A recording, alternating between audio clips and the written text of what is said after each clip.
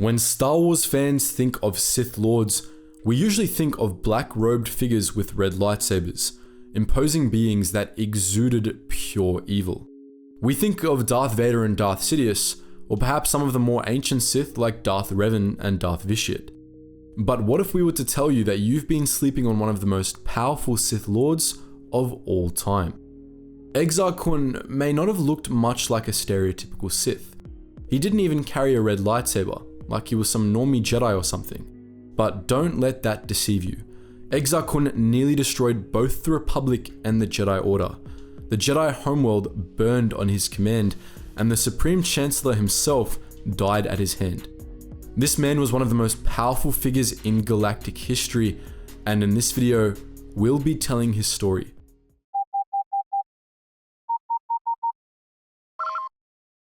Attention, Sergeant on deck!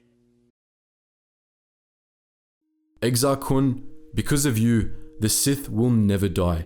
You have earned the right to bear the mark of the Dark Lord of the Sith.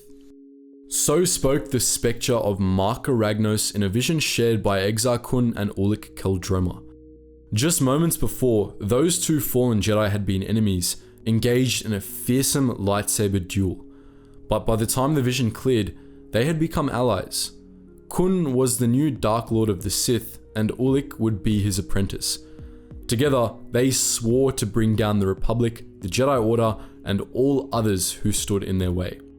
But we're getting a bit ahead of ourselves. Our story didn't begin there. Instead, it began on remote Dantooine 4,000 years before the Battle of Yavin. Long ago, there was a small Jedi enclave on that world, home to many masters, including the renowned Vodo Siosk Bas. In 4000 BBY, Bas was busy training a trio of apprentices, the Cathar mates Credo and Silvar, and the human Exar Kun. All three were gifted Jedi with an aptitude for lightsaber combat and a fierce hunger for knowledge. Some would say their desire to learn was too fierce, especially for Exar Kun, who frequently borrowed his master's collection of holocrons to learn about the Dark Lords of the Sith. In those days, the Jedi Order still knew little about the Sith. The last Sith Lord they knew was Freedon Nad, who had conquered Onderon 4 centuries prior. But by 4000 BBY, Nad was long dead, and the dark side hadn't reared its ugly head since his passing. Exar Kun felt that the Sith were going to return, however, and he didn't believe the Jedi were prepared for that eventuality. He hated the Sith, and whenever he could, he attempted to learn their secrets to discover how best to stop them. For this, he was often rebuked by Master Bas, who repeatedly cautioned him that such curiosity could lead him to embrace the dark side himself. He was prone to overlook his apprentice's curiosity, however, as Kun was a very promising student. He was extremely strong in the Force, and his skills with the lightsaber were almost unmatched. In one training duel, Kun was even able to best his master through the use of Jar-Kai techniques, bringing 2 lightsabers to bear against Bas's combat staff.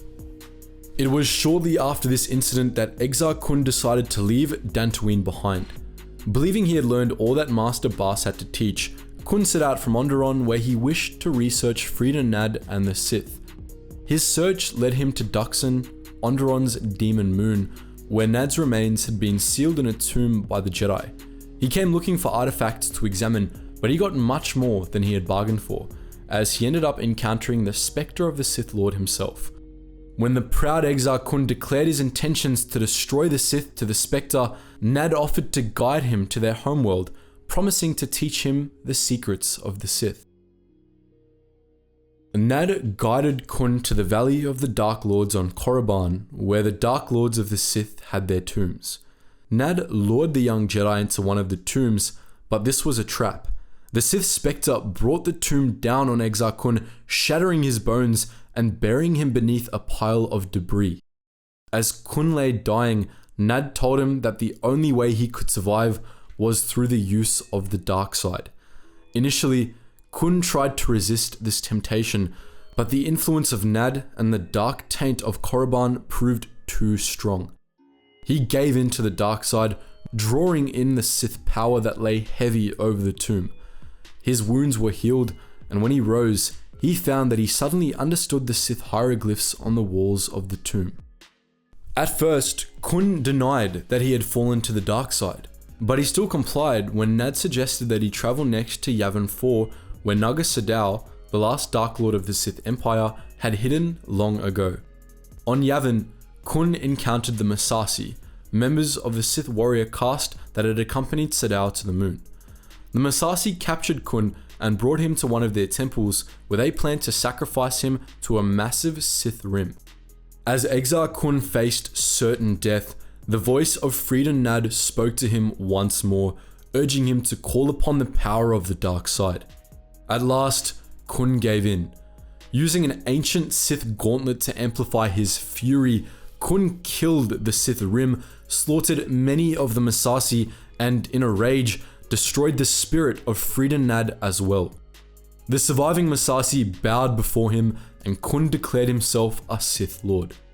Exar Kun remained on Yavin 4 for a time, studying the artifacts and temples the Massassi had guarded.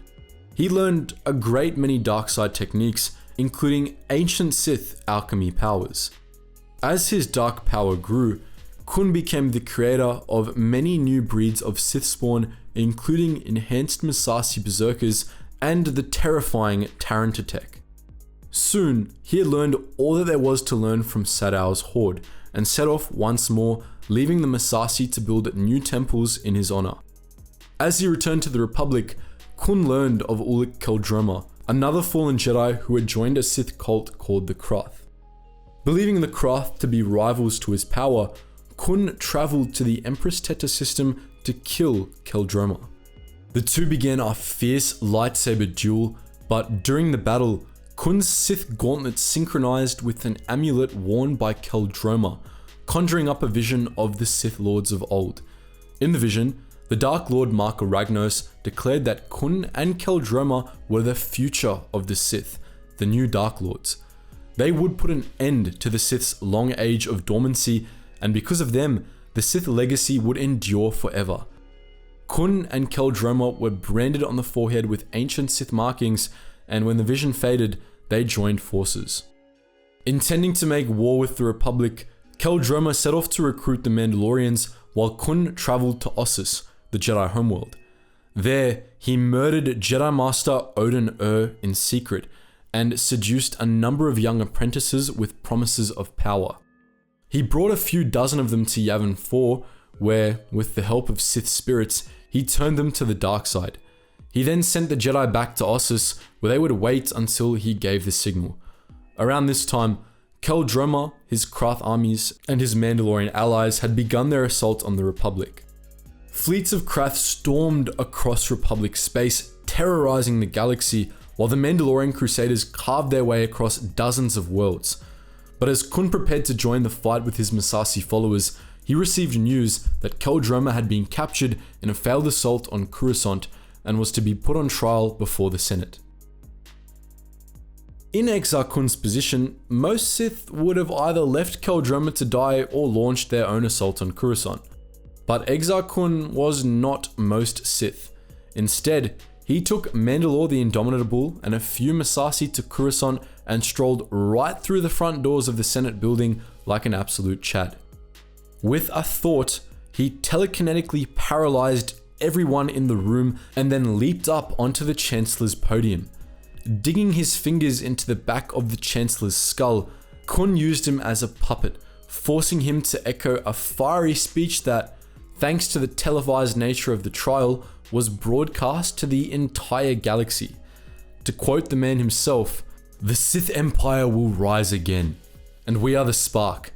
The flames will wash over the crumbling Republic and consume all your works, re-establishing the glorious days of a lost golden age, far greater than any of us can know. You can choose either to be a part of this great rebirth, or you can stand in our way. We did all this to show how useless and ineffective the Republic is. We don't want your cooperation. The Republic is not even part of the plan." Following this, Kun killed the Chancellor, and he and Qel-Droma went to leave the Senate the same way they came in, dragging their massive balls behind them. They found their path blocked, however, by Vodo Siosk Bas.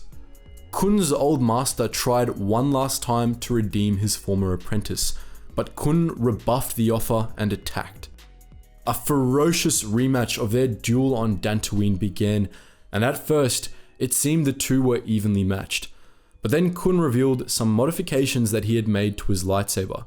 He had added a second blade to it.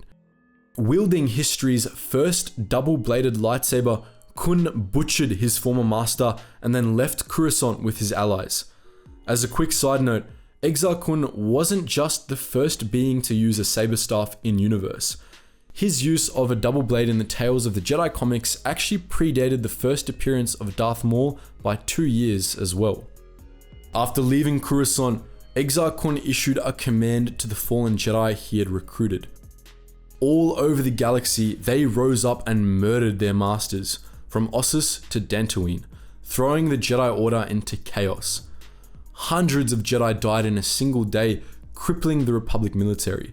With both the Republic and the Jedi Order close to the breaking point, Kun and his followers pressed their offensive. On Kun's orders, Krath leader Alima Keto caused the 10 stars of the Kron cluster to supernova, creating a massive explosion that cleansed Osus of life. The destruction of the Jedi homeworld was Exar Kun's greatest victory, but it was also his last victory.